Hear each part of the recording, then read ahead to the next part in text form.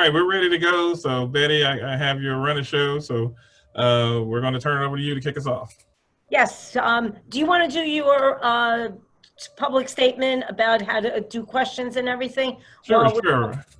Welcome everybody to the panel. We're glad to have a great panel from our MBEIC. If you have questions, there's a Q&A button at the bottom. Please use that, the chat feature. It's hard to keep up with that, but there's a question and answer period on your bar down there. Put your questions there, and we'll answer those at the end of the presentation. All right. So at this time, Betty Mineta. Thank you. Thank you so much, Andrew, and welcome everyone. Thank you for joining our June 23rd MBEIC networking event, or actually Lunch and Learn. This is something that we've been doing lately. Try to do it monthly to bring you latest information, riveting information. And today we are blessed to have somebody really great, and Tracy will be introducing her in a minute. But this is your input committee, and so at the end, I'd really like you all to please fill out the survey that you'll be receiving and give us your input and feedback on other items that you'd like to see and hear. Today, it's protecting your business from cyber attacks and fraud, something that many of us who are working from home may not have all the necessary requirements to keep us safe, to keep our data secured. So this is something that is near and dear to many of us. So at this time, I'd like to turn it over right now to Pam, who is a member of our MBEIC committee. Pamela, would you like to introduce the leadership team? Okay, hello everybody. I'm glad that you were able to come out and join with us, or I should say join us on the phone today. I'm just going to introduce our MBEIC Input Committee, and this is a team that's working alongside the council to help support the activities and the programs that we're having. First off, of course, you just heard from Betty Mineta. Betty is the president of the MBEIC committee, and she's also the president of two companies, Associaire and Argent Associates. And then we have our vice president, our first vice chair is Silvana Rosado, and she is the president of Laguna Media Group. And then we have Tracy Green, she's our secretary, and she's the president of 10 Man Enterprises. And then you have myself, I'm second vice chair, and my name, our company is Burkane Company. So we welcome everyone, and just reach out to us whenever you need to any support, or if we can help you in any way. And I'll turn it back over to Silvana. Just before we get started, I do want to introduce Terry Quinton. Say hello, Terry. Everyone knows Terry. She is MBEIC Chair Emeritus for the National Council, and formerly was with our council as well. At this time, I'd like to turn it over to Silvana, who will introduce our board members that are on this call today. Yes, hi, hello everybody. I also want to acknowledge and thank our MBE board members that are in attendance. Clifton Miller, CEO of Symmetrics, Lisa Hanlon, Chairwoman of Delta Group, Terry Quinton, CEO, again, she's CEO of Q2 Marketing Group, Betty Mineta, CEO of Argent Associates, and myself, CEO of Laguna Media Group. So Andrew, are there any other board members on this conference or this call that we might need to acknowledge at this point? I don't see anyone else, Silvana. So with that, I turn it over to Tracy to introduce Luann. Hello, everyone. It is definitely my distinct pleasure and honor to introduce Leanne Habeneck. She's the SVP of Treasury Management for Affiliated Bank. And I just want to identify the fact that in Treasury Management and most banks are a specialized department that help us as business owners maintain, maximize our cash flow solutions and options. In today's perspective, we're talking about fraud, but we're talking about it from a banking perspective, not necessarily just IT. But Luann, actually her responsibility is to help clients like myself to make sure that we can get to our cash faster, but unauthorized use does not occur. So She's been in the banking business for over 32 years and has received numerous awards and service awards. And she actually joined or became leader in the Treasury Management Department in July of 2015 with Affiliated. Leanne does a lot of community work, as evidenced by her willingness to be here and help us learn more about how we can protect our businesses. But her main passion are for her children, as well as her volunteerism. She's currently actually a member of the Keene Independent School District, PTO. She participates in the Education Endowment Foundation and the Site-Based Committee. Luann and her family reside in Burleson, and we as the MBEIC are so happy to have her today, and you can definitely expect to learn a lot about how to better protect your business. So thank you, Luann, for joining us. Oh, thank you, Tracy. I appreciate it so much.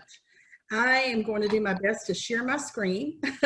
And being at the bank and working from home, as you can tell, we have some security issues. So Andrew and I tested it earlier and it worked perfect. So I've got my fingers crossed. So give me just a second as I share my presentation and go through it with you. It is an honor and privilege to be here today. Thank you all.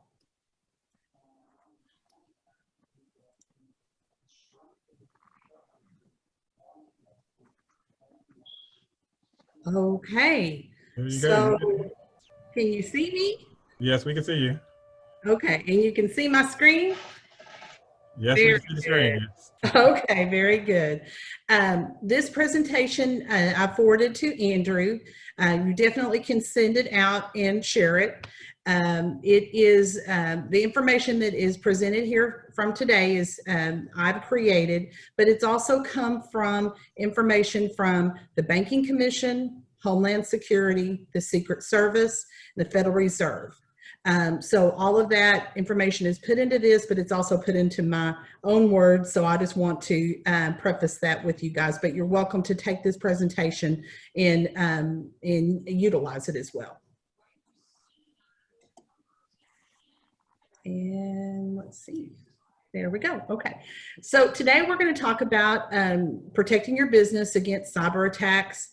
We're going to talk about a couple of different types of fraud related to that. And as Tracy mentioned, we're going to focus on the banking piece of it, which is where your money is, which is super important. So we're going to go through a couple of different ones.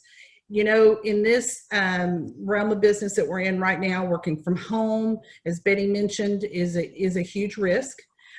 Some of the things that you had at your office on security, you've taken your laptop home and you're working from home. So I hope that you're going to find as we go through the presentation just some helpful hints of things that you can do to protect your accounts, to protect your money, stay informed, and also educate yourself and your staff that you have of things that they can do to help protect them against these cyber criminals. Cyber criminals are working from home too, guys. They know where we're at.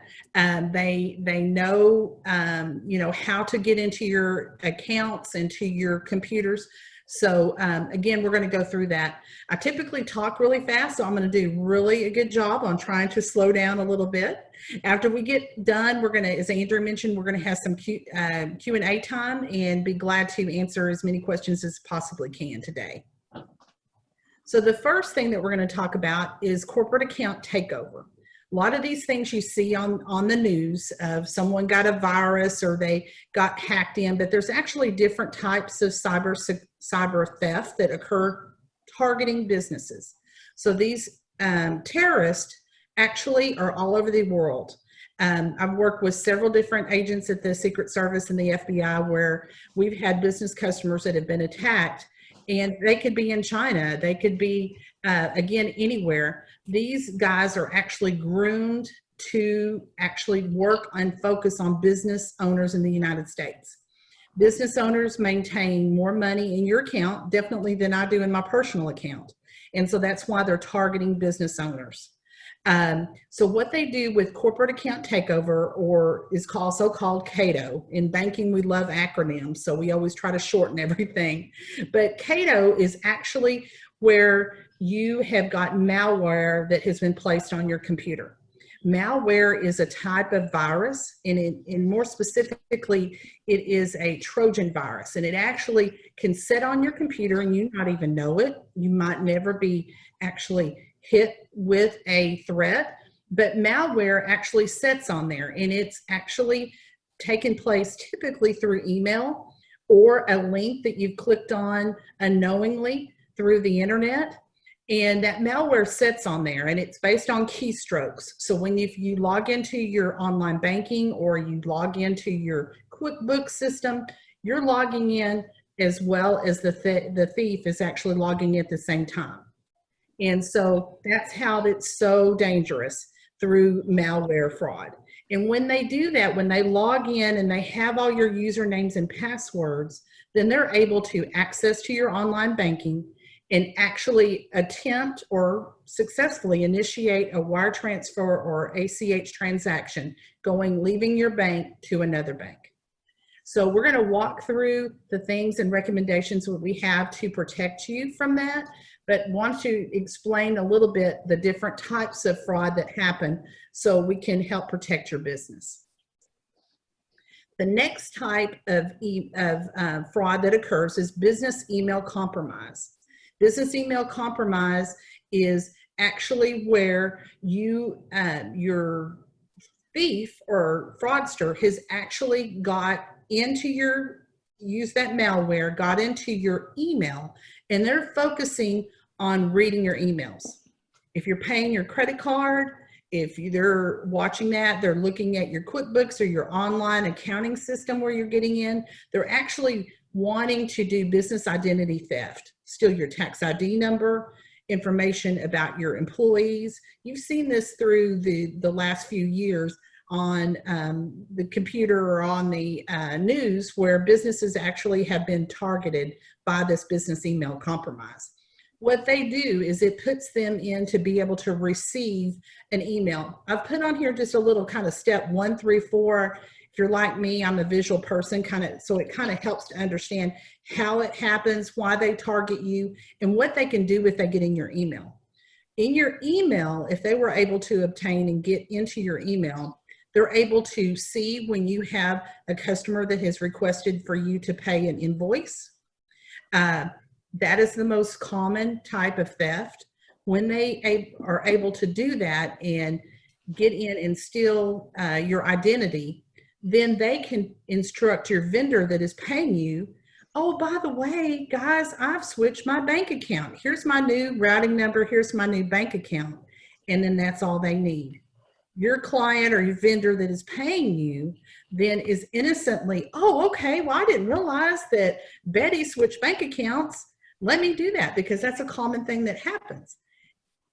Pick up the phone and call that vendor. If anything out of the ordinary happens, especially when you have someone wanting to change the information that they're crediting to.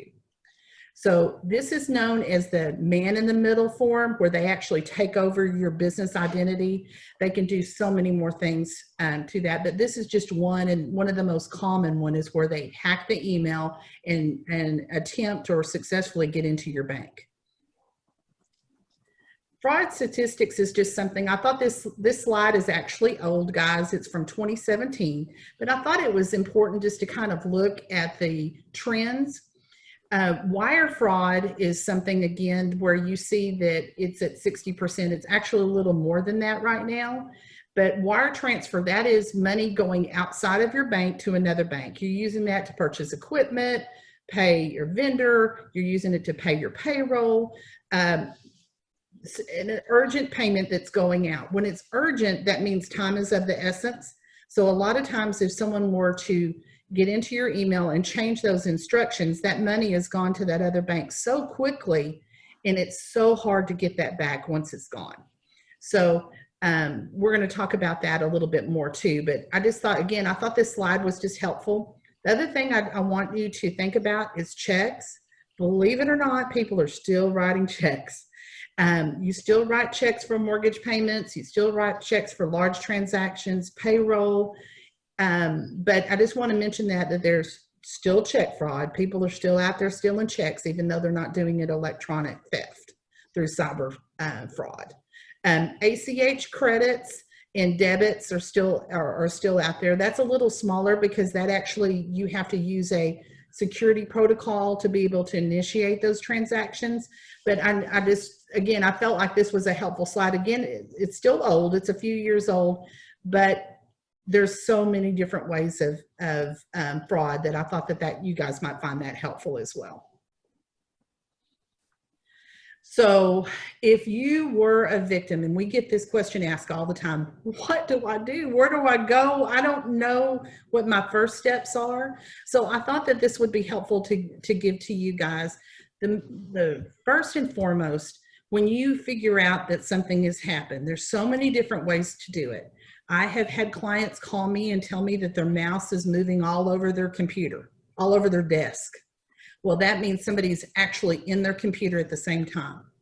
When you're in your computer and you're doing transactions, if your computer seems a little slower than normal, that's also a sign. But if you recognize immediately, or you have a client, as we talked about, your vendor saying, hey, I didn't get my payment, you're like, I did, I sent your payment to you yesterday, why did you not receive it? Then you discover that it was actually someone changed those instructions for you paying your vendor or switched banks. You want to start by contacting your bank immediately. Contact your bank officer, contact the customer service, tell them what's going on, give them the opportunity to help you. That's our job as a bank. The next thing, and basically I would say simultaneously, is if you realize that you have been affected, you want to scrub your computer. And so what I mean by scrubbing your computer is if you have an internal IT department, you want to let them know. A lot of times business owners are you're the IT department, you're the CEO, and you're also the janitor. So you're doing everything. So you want to run your antivirus immediately. When you have suspicions, you also want to be sure that you're on a schedule to keeping all of your viruses up to date. If you are unsure, there's Best Buy offers a Geek Squad. There's so many different types of security companies you can work with, IT companies. You guys might have an IT person that's here in your committee as well. So reach out to them and make sure that your computer's scrubbed as well. The next thing that we recommend is contact your insurance company. I always am very cautious when I talk about insurance, and the reason I say that is because insurance is like an umbrella. There's all these little different spokes. You have your terrorist insurance, you have your flood insurance, and you have your cybersecurity insurance. You want to talk to your company that you have your insurance. Typically, it's your liability insurance that you have for your employees. You want to talk to them and see if you have business identity theft insurance. Business identity theft insurance covers you if you were to have someone hack into your computer and steal your funds at your bank. They will cover that. So some of the insurance companies, and again, I can't recommend one, but I can name a few. They're usually the larger insurance companies in the United States are Chubb's and Travelers. Are a couple of the larger ones that specify in business. There's also Sterling, Allstate, multiple ones. Whoever maybe you have a broker that you work with your insurance, so you want to talk with them and get their advice on that. Because at the end of the day, the bank is not responsible if you were to have a loss. And that's something that a lot of times business owners don't realize, because the bank has the ability to provide these services to you, but we don't, as the bank, we do not own your computer. We do not own your malware, own your antiviruses, are responsible for keeping your computers up to date. So guys, I can't stress that enough. Be sure and talk to the insurance company. You want to protect your funds and make sure that they're there. You also want to make sure that if this were to happen to you, and I certainly hope that it never does, but if it does, you want to make sure you have detailed records of what happened. It got into Susie Q's computer. Susie and Joe initiated a wire transfer. You want to make sure you have everything where it's fresh on your mind. And then, of course, you want to contact your local law enforcement agency and make sure that you file a police report, because cyber cybercrime is definitely running rampant. It has for the last 10 years. We're seeing more and more of that. You also, something that a lot of people do not know is that our United States Secret Service actually has an electronic crime division, and they actually have a local office in Dallas. And the bank actually, typically we host a cybersecurity education where we have a Secret Service agent, and that's where Tracy has actually attended in the past as well. They can actually look at crimes that have happened, of course, all over the United States.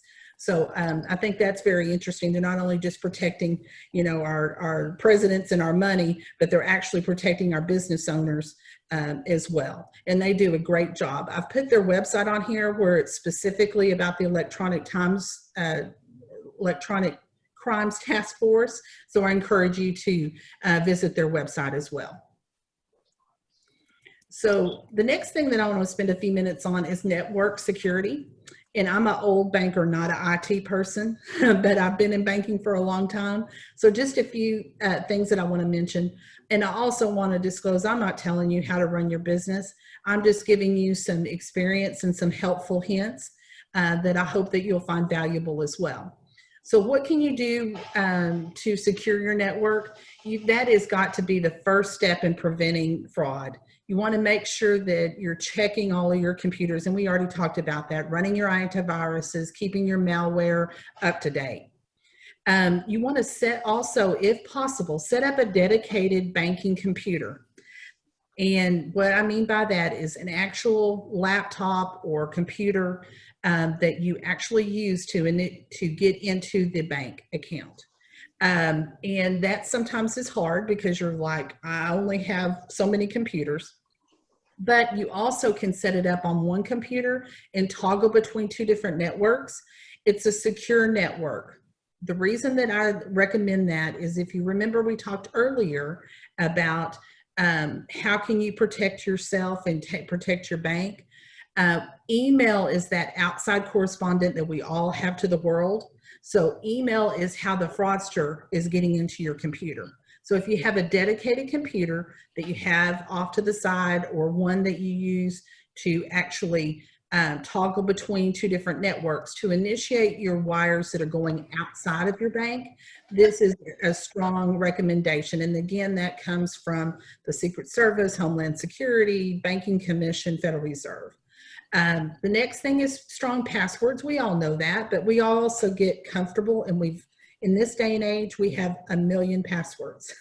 So what I recommend to you is make sure you have a strong password, an out-of-band authentication. And what that means is you're getting a text message to you with a 4-digit code that you'll key in to be able to get into your bank, to your accounting system, to your computer that you're running at your business. The next thing is, do not save your passwords, guys, online on your computer. The thing that the fraudsters do is, the first thing they're going to look for is they're going to search your computer for passwords. I can't tell you how many business owners I've worked with that have a password in Excel called passwords. Well, guys, it's just like giving them the key to your front door. So please don't do that. I'd rather you have a notepad, a sticky note onto your computer that says, here's my passwords, than have it saved into your computer. The next thing is an external sender warning. This is something that is easily set up. And again, keep in mind, I'm not an IT person. I know enough to be dangerous, but I know that this can be done, where if you have received an email that you've never received before, you can block it where it's in spam, goes to junk, or external sender, where you're a little more cautious when you get an email from someone that you do not recognize. And then the last thing is to limit the information that you share on social media. When you're sharing information on social media, you want to be very careful. You don't want to put out who your finance director is, your CEO. You want to be careful and limit the information. You don't want to say, well, it's Tracy Green, she's the CEO of Tin Man. That's fine, but you don't want to say Tracy Green, she's the CEO of Tin Man, but she lives in Arlington, Texas, and she's the mother of 2 children, and she grew up in Alabama. You know, you don't want to put, you want to limit the information that you're on there. Also on social media websites, you want to limit when you're on Facebook, and believe me, I'm a victim of this too. If you utilize Facebook, Instagram as a CEO or as an accounting CFO, you don't want to put, hey, I'm going to be on vacation and out of touch for the next week, because the cyber thieves notice that and they're watching that.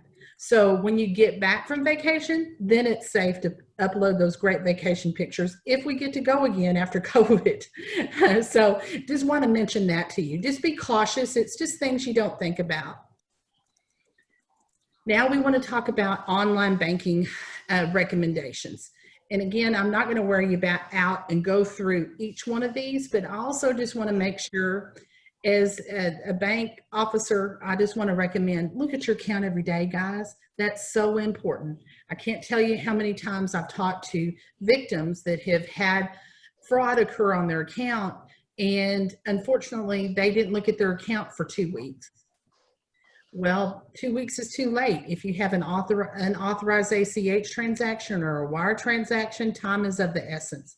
A check that's clearing that you don't recognize, by the time that you see it, could be too late. There's certain limitations that the bank has to be able to return those. So again, with technology, you've got your phone, you got your iPad, you got your computer. There's no reason that you shouldn't take just a second every day. And in a perfect world, I'd love for you to tell me, yes, Luann, I look at my account twice a day. But again, I know that's a lot to ask.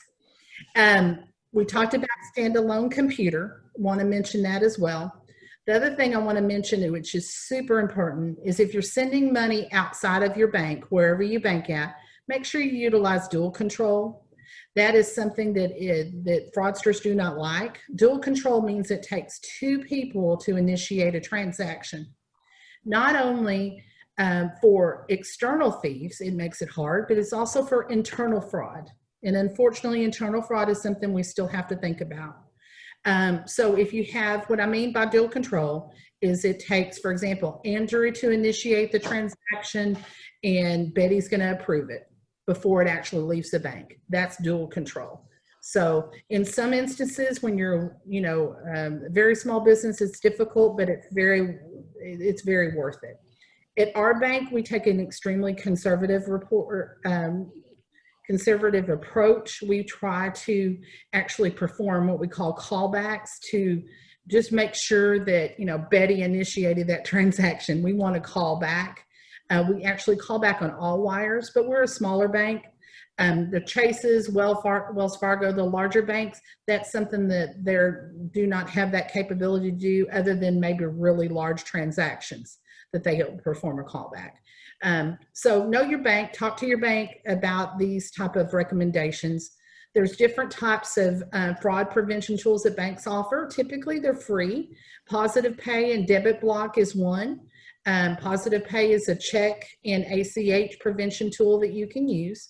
And then Debit Block means that, hey, I never have an ACH transaction coming out of my operating account, so you block all of them. Or you can limit them to only my loan payment comes out, only my accounting for payroll is the only payroll company that only debits me in my taxes.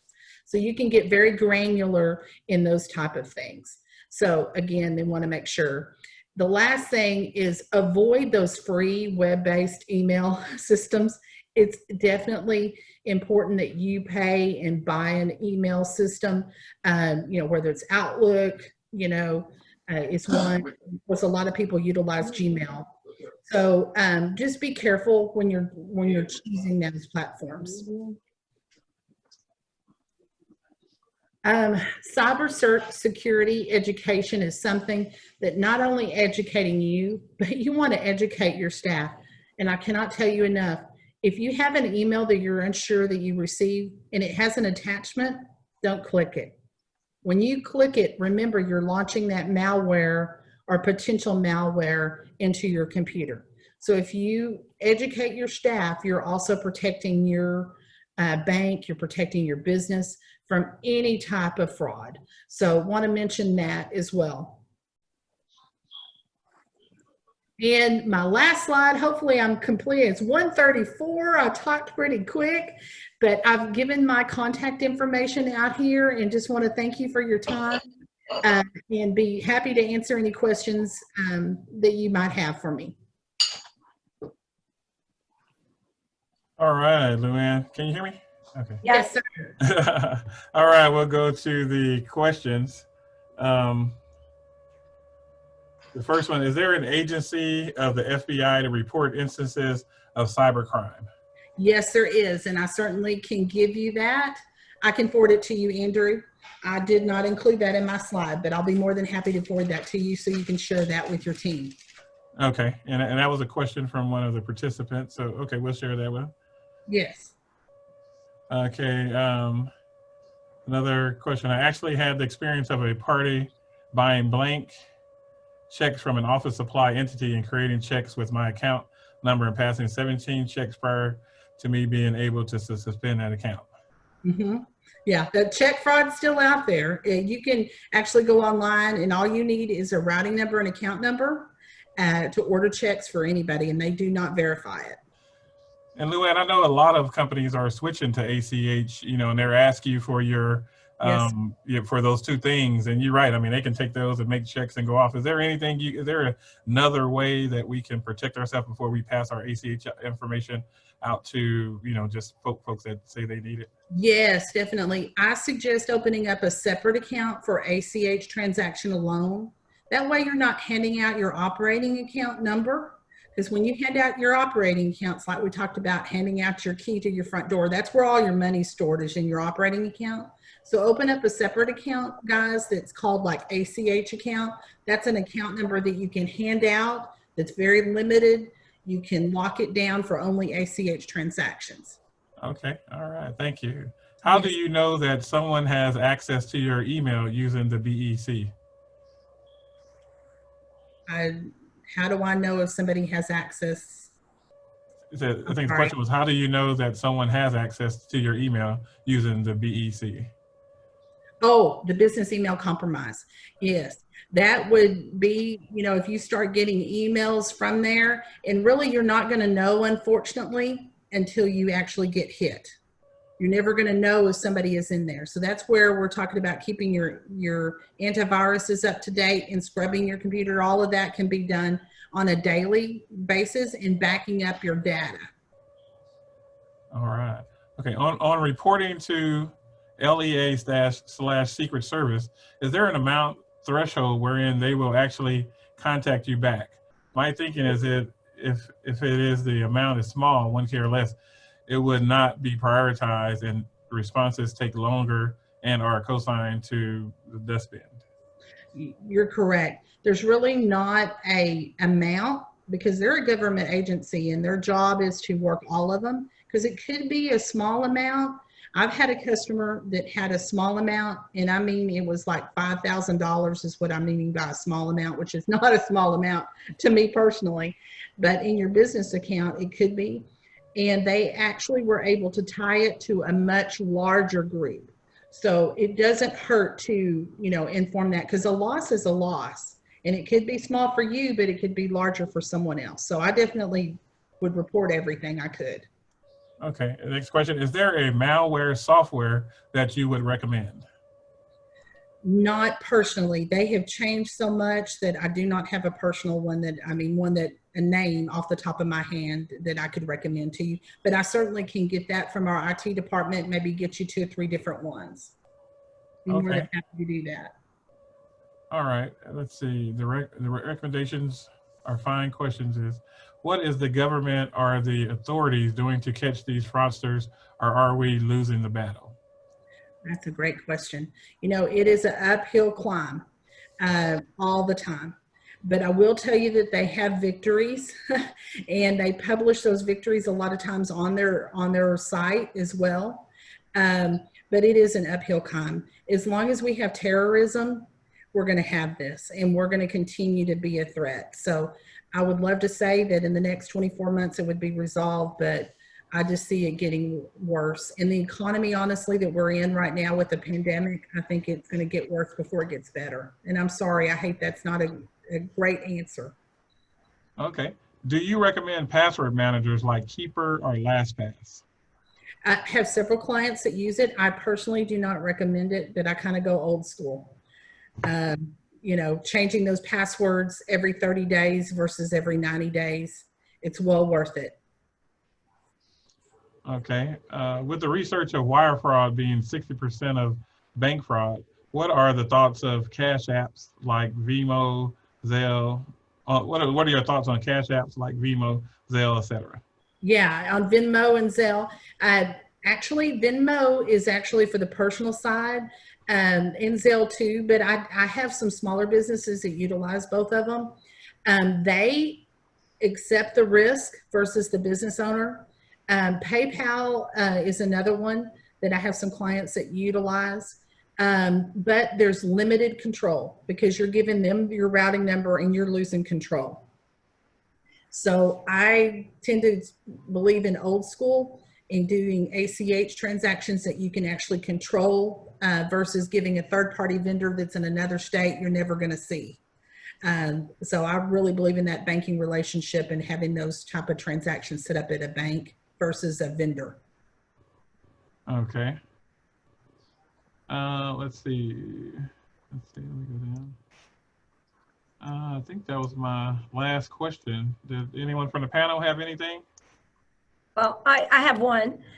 So Luann, you mentioned the business identity theft insurance, because Yes. many corporations, part of our whole insurance package, they have you do cybersecurity insurance or cyber insurance, which is great, but it doesn't cover when you get hacked like this via email. Because it happened to so many people I know, especially, and me included.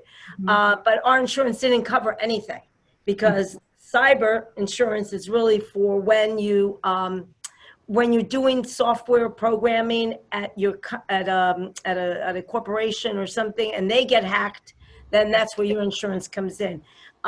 Is that something that you're starting to see more and more companies put that? Because that to me is what I would want to do. Cyber insurance, I don't need. Right, right. No, I agree, Betty. There, you know, if you remember in my analogy that insurance, especially in the cyber world, it's like little spokes coming off of an umbrella. And there's that one that a lot of times business owners don't have, that you're correct, called business identity theft. And that's the one that covers if somebody were to hack in. Also, it covers the cost of having your computer scrubbed. Some customers we didn't even talk about today, but ransomware, if they take over all your computers and fry all your computers, if you did not pay them for the ransom that they put on your computer, you've got to recuperate that cost that you've lost. So business identity theft, and I will tell you from customers that I've talked to, it's not as expensive as you would think about it being, but insurance is insurance. It all costs a lot. But it's well worth it. It's a conversation as a banker I don't want to have to you and say, oh, Betty, I'm sorry you didn't have that insurance. That's a loss that you have to take. Right. All right, Betty, I think we have, oh, I'm sorry, were you finished? No, yes, thank you. Okay, I think we have time for two more questions. These are going to be the last two. The first one is, frequently I receive fraudulent emails. Is there an email address to forward this correspondence? No, not that I'm aware of, that there's an email. If you get an email, one of the things I think that I did forget to mention is you can hover over it and see where it came from.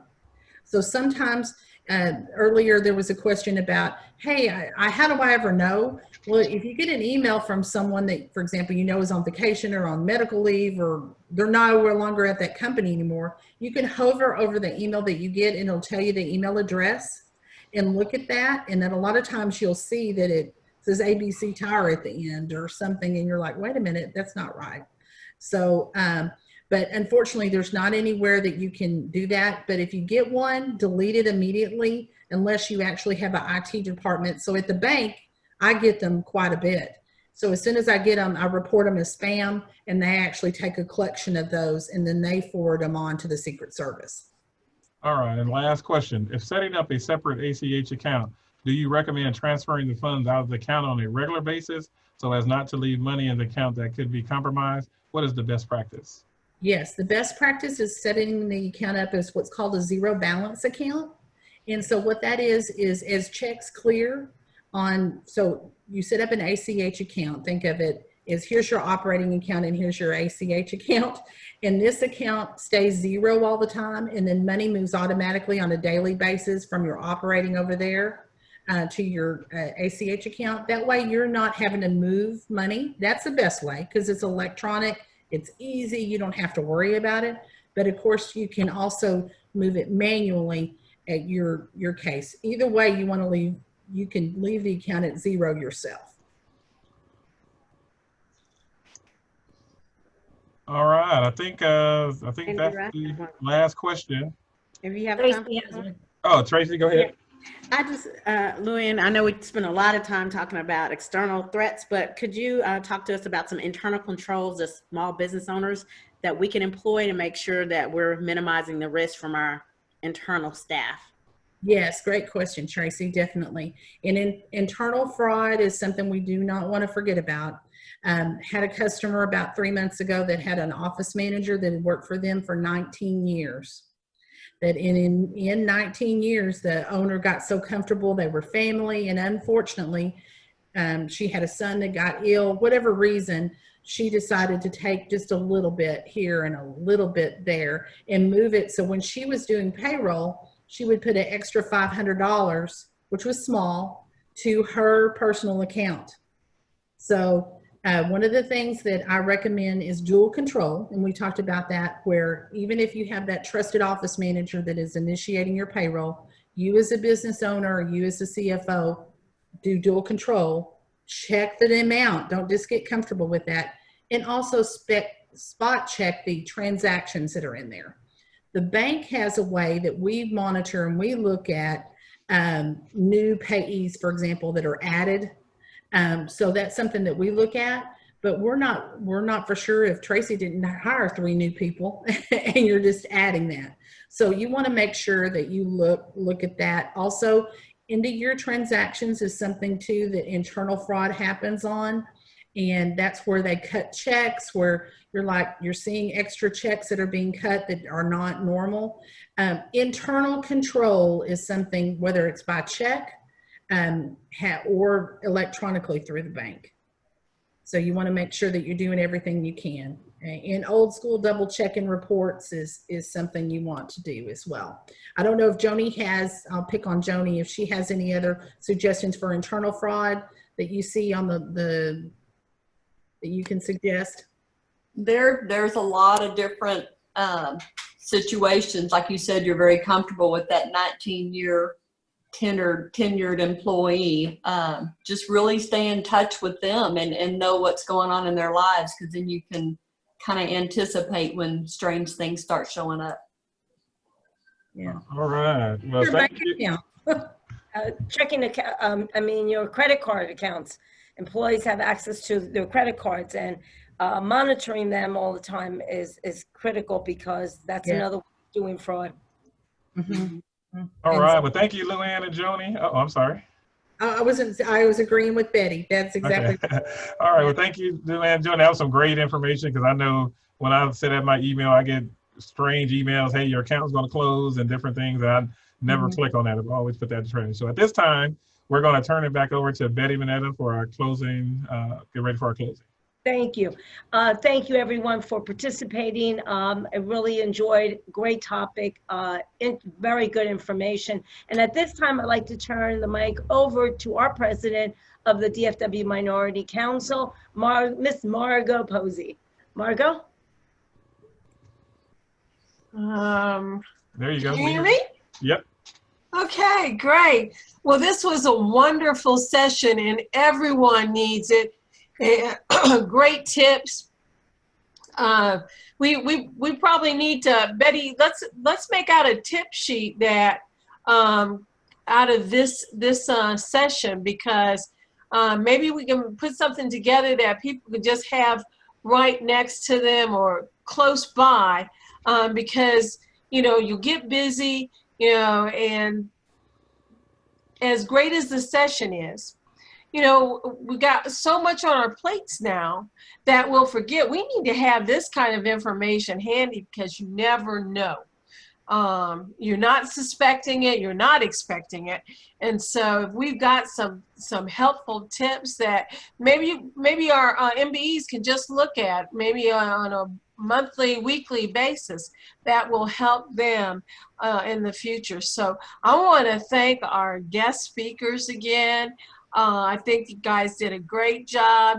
I want to thank Tracy because Tracy brought her banker in, and I'm sad because we were supposed to be at your place, Luann, and it's a wonderful place. It's a wonderful bank, a wonderful office, and we always like to get together, but we're going to exercise safe distancing, and this is still good, and no one had to go out in the rain. So That's right. Betty, thank you so much for all the hard work that you and your team do in putting these together. Behind the scenes, no one actually knows how many hours you guys put into this and the thought process. So again, I want to thank you for your leadership. And do you have the topic for the next one yet? No, not yet. We're working on that. But we have events coming up, Margot, if you want to tell the audience our upcoming Access event. Absolutely. We have the Access Business Expo that starts August 3rd and will go August 3rd through August 5th. We're going to have a CEO view from the top. We've got a CPO summit that we're going to have, and we're going to have matchmaking, roundtables, and a pitch contest. So you want to stay tuned. You'll probably start seeing things. I know that there's a save the date out on our website. We've pushed that out, but you're going to find out more details towards the end of this week. So you really want to participate. It's a virtual expo, and so we're hoping it's going to be the best ever, and it will give you more opportunity to have more matchmakers than in the past. And the really neat thing about this year is we're allowing our MBEs to identify who they want to have a matchmaker with. And in the past, we sort of reversed it. And again, we still want you to have matchmakers with people that have opportunities. But we think it's going to be exciting, so stay tuned. And Betty and her team will be pushing it out. We'll just be pushing it out all over the place. And Margot, we can't forget the spot bid fair with the senator. So we're still. Oh, well, I was going to turn it over to you. I know who I'm talking to.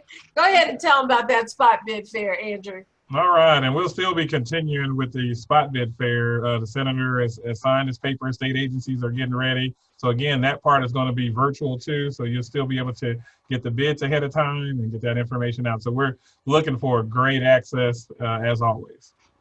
And to your point about the spot bid fair, last year at our spot bid fair, $6 million was awarded in contracts and opportunities in the 2 days of the spot bid fair. We got 3 days now, so who knows how much we'll be able to get out there and push out to our MBEs.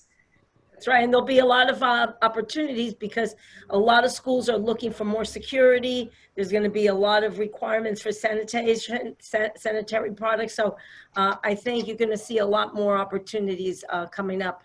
So thank you. Thank you, President Margot Posey.